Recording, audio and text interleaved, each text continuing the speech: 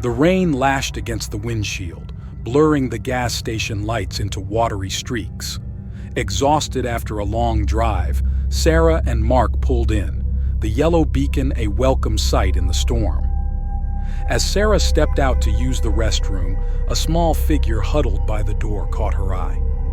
A young boy, no older than 10, his clothes soaked and matted hair plastered to his forehead.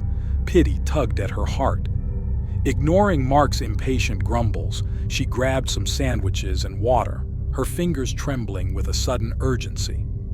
Returning to the counter, she mentioned the boy to the cashier, a burly man with tired eyes.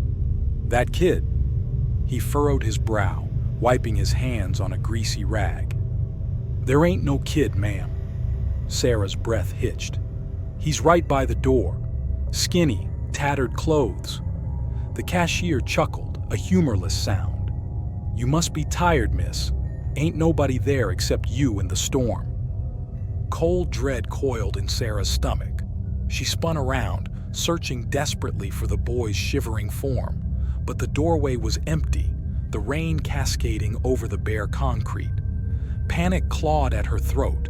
Where had he gone? Stumbling back to the car, she stammered out her encounter to Mark, who saw nothing but the storm's fury. Relief warred with a gnawing unease. Had she imagined him? Was exhaustion playing tricks? They sped away, tires spitting gravel, Sarah's gaze glued to the rearview mirror. No ragged figure materialized in the storm's fury. But something else did. A fleeting glimpse, just as they rounded a bend, a face pressed against the gas station window, devoid of eyes, its mouth stretched in a chilling, silent scream. Mark, sensing her icy terror, gripped her hand. What was that? His voice was barely a whisper. Sarah shook her head, unable to tear her gaze from the empty darkness behind them. Was it exhaustion playing tricks? Or had she glimpsed something beyond the veil, something hungry and unseen? Days later, the unsettling encounter lingered. The gas station remained, a beacon in the storm, but Sarah refused to drive past again. Mark, unable to explain what she saw, dismissed it as stress. Yet, sometimes, in the dead of night, she'd swear she felt a cold breath graze her neck, a whisper on the wind, carrying the chilling echo of a silent scream. But it wasn't just the memory that haunted her.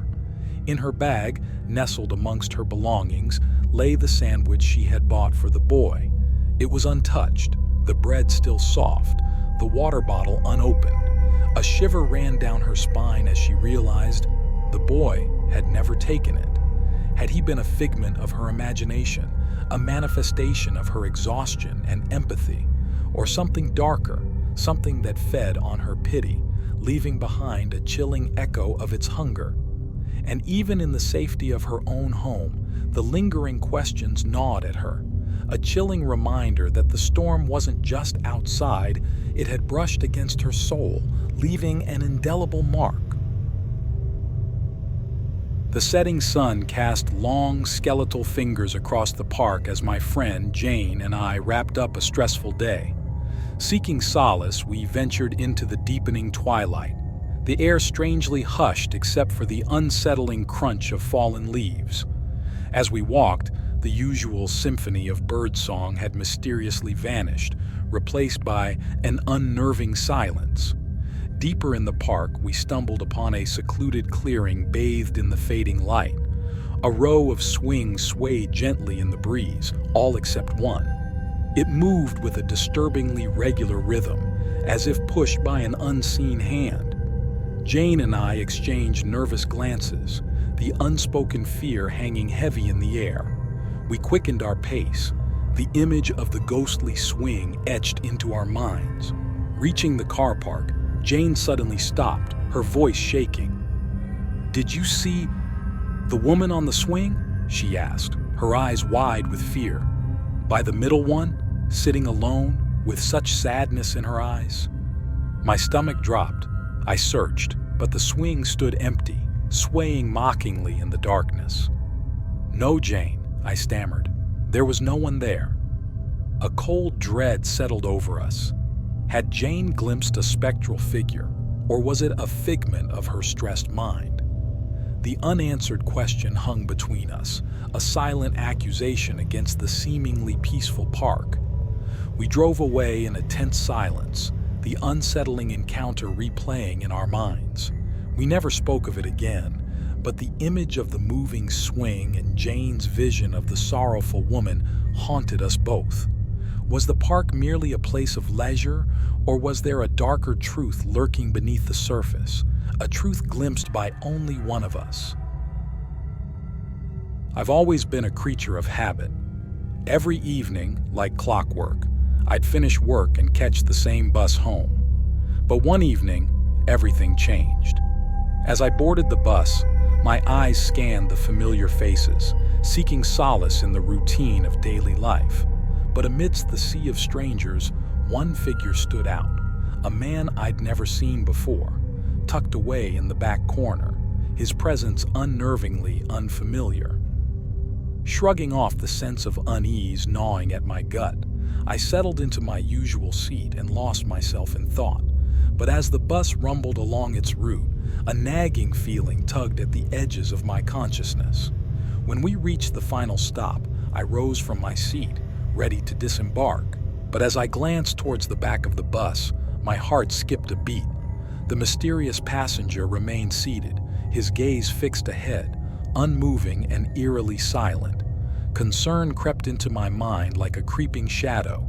Could he be lost, confused? Without hesitation, I approached the driver and voiced my worries. But to my horror, the driver's response sent shivers down my spine. "No one's there," he said, his voice tinged with confusion. "You're the last passenger, as usual." My blood ran cold as the realization sank in. I stumbled off the bus, my footsteps quickening into a panicked pace as I fled towards the safety of home. But with every step, the sense of dread clung to me like a suffocating fog. Glancing back over my shoulder, I froze in terror.